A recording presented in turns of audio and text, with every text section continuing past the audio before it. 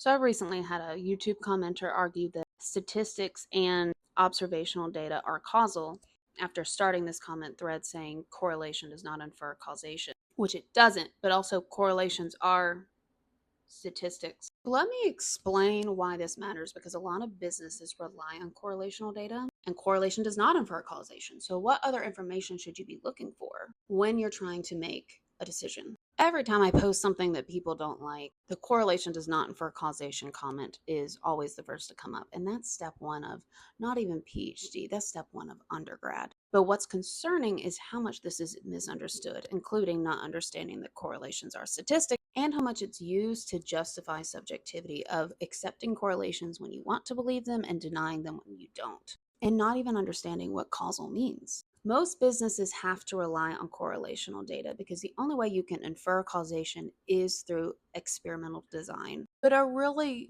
well designed correlational study or observational study can get you pretty close to causation, but the gold standard is experimental. But to do that, companies would have to roll out changes in only half of their company at a time and test between control group. Even then, you'd still have other factors like the economy and that you'll have different employees at certain times and different customers between the two that all influence being completely sure about causality. And leaders can't just not do anything because they don't have causal information. I made a video a couple weeks ago about this article and this one talking about how Target is struggling right now and for the multiple reasons they're struggling. One of them being backlash over DEI, and I also talked about the economy and that they have started to get sloppy in stores. Their whole brand was not being Walmart, right? And in this article, if you actually watch the video before being racist in my comments, I talked about how the Target CEO says they can't parse out the impact of each factor separately. That's not a cop out. That is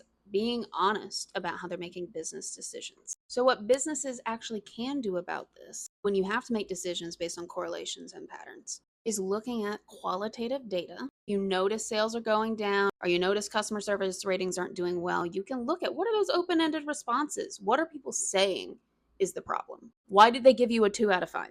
This is why I started my unwritten rules of work research with qualitative interviews because I wanted to be able to ask why. You can look at the timing of when did sales start to drop. You can look at how it's going for your competitors. Are all of your competitors in the same boat or is it just you? If you're all in the same boat, could be the economy, it could be lack of demand for the products you're all competing for. But if it's just you and your competitors doing well, what changed? What are they doing that you are not? And also looking at your employee feedback on things that might be happening internally. Smart business leaders ask, is this correlation worth considering? How do you distinguish a spurious correlation from something that might be worth investigating? One, is this a logical mechanism? And by logic, I don't mean it doesn't make sense, but it doesn't take reality into account, or it's never happened to me, so it's not real.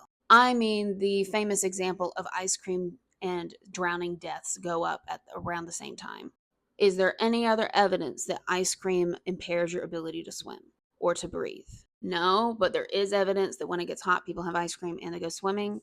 Okay, then it's probably not worth it, right? But if you have a policy change and after that policy change, customer complaints go up and they're telling you in the qualitative data that they don't like what you're doing here since the policy change, it's probably worth investigating.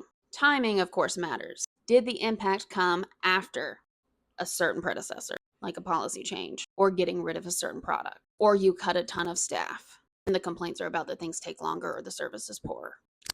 Those are timing and logical things to consider. Also consider the size of the effect. Is it a very small correlation? It may be statistically significant, but what is the effect size? And monitor it over time, even if it's small. Is it getting bigger? Is this an orange flag you should keep an eye on? Consider multiple sources. Are you only hearing this in one of your customer feedback avenues, or are you hearing this from multiple avenues? Sales data, customer data, employee data. That's the value of 360 performance feedback, right? Is you want to get information from as many places as possible to try and identify the root of the issue. If we do that with performance, we should also do it with firm performance. And again, compare to your competitors. Is the industry suffering as a whole right now, or is it just you? And if it's just you, it's worth looking into. Businesses don't need 100% proof to make decisions. They often don't. But you do need a strong enough correlation to justify your actions, ways to measure if your change works, and you're not always going to make changes that are good. The best companies course correct. Apple is notorious for this. They haven't always been perfect. They've made bad decisions and then they've corrected. Microsoft has done this too.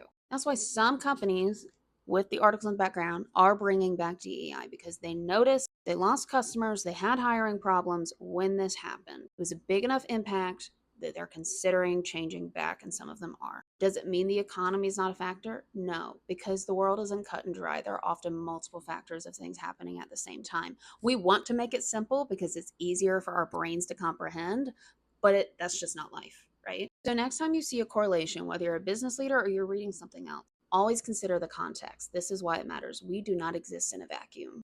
Ice cream and drowning deaths happen in an environment. You got to consider the heat, and you got to do that at work too.